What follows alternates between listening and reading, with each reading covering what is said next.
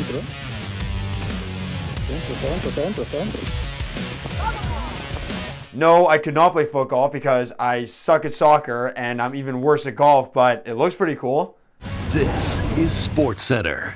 Hey everyone, I'm Jesse Pollock, filling in for Marissa Roberto, and the Western Conference Final in Edmonton kicks off tonight. And so far, it's been an outstanding series as we're all tied up at once. Dallas took care of business in Game 2, holding the Oilers to just one goal, thanks to some great individual performances. It's honestly shocking that Miro Heiskanen is so far down the list for the Conn Smythe odds, because what he's been doing this postseason has honestly just been wild. The counting stats have been impressive, no doubt.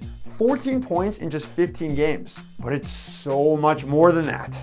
As for Megan Chayka, since Game 2 of the second round, he's second in ice time, and the Stars have outscored their opponents 11-0 when he's out there. This guy has been, without a doubt, the best Star, in my opinion. But there's also that Jake Onger guy who's been pretty outstanding himself, with 8.2 goals saved above expected, which is third among all goalies in the playoffs. And then there's that Wyatt Johnson kid, who just continues to be excellent for Dallas. What more can you say about this guy? He leads all Stars forwards in goals and points, and his 2 assists in Game 2 snapped a 3-game pointless streak.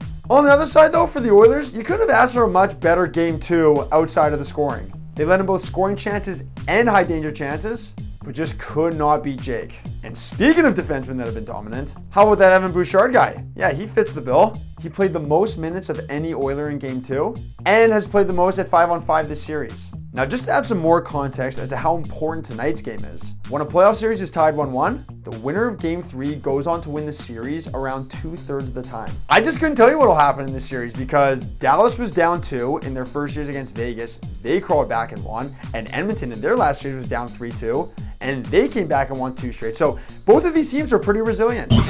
Over to the association, and the conference finals could be over a lot quicker than we all expected, as both the Mavs and Celtics have commanding 3-0 leads. Which leads to the question, have both conference finals ever ended in a sweep? Well, the answer is no, and this year could be the first. But last year also could have been the first, as both Denver and Miami each had 3-0 series leads. While Denver closed out LA in 4, Boston rallied only to lose in 7.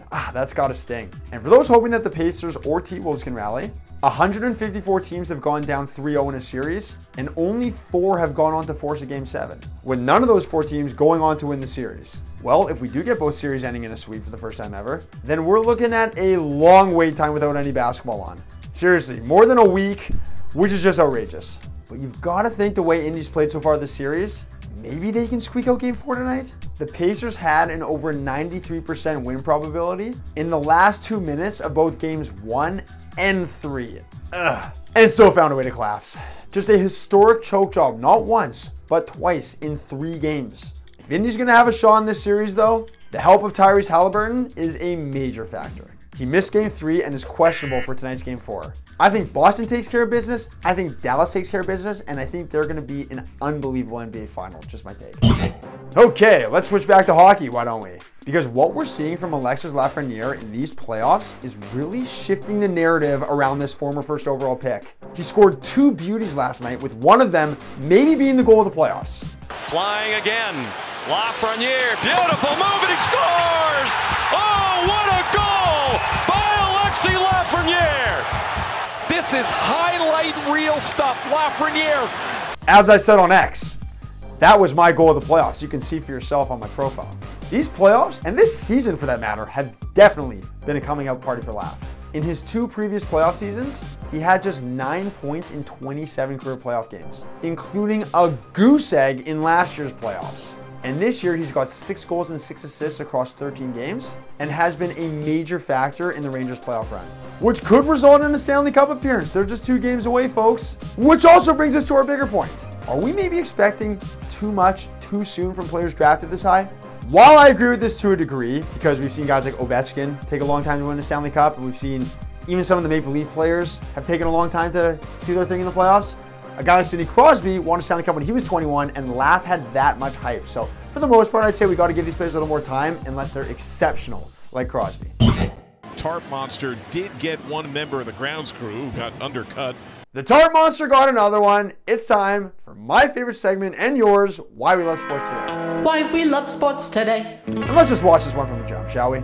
Good news, bad news. Good news, Reds are up 4. We are through 5. Bad news, tarp monster did get one member of the grounds crew who got undercut and is trying to army crawl a path to freedom. Not sure if Charlie Steiner, Dodgers radio announcer, might be part of it with Mark McGuire.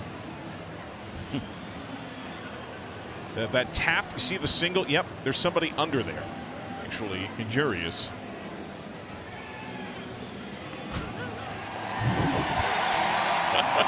One of the bigger cheers of the day. As much fun as we want to make of this, it probably kind of hurts to get clobbered by that. Not just for your ego, because it's definitely a shot for the ego, but like physically. You're like getting tossed around. There could be dirt in there. You're like on the mound. You get some scabs. It doesn't look like a fun situation. I'm just saying. Also, it can't be easy to breathe under that thing. Like, that tarp is thick, folks. THICC. That's all we have for today, folks. I'll be back tomorrow. Have a great day.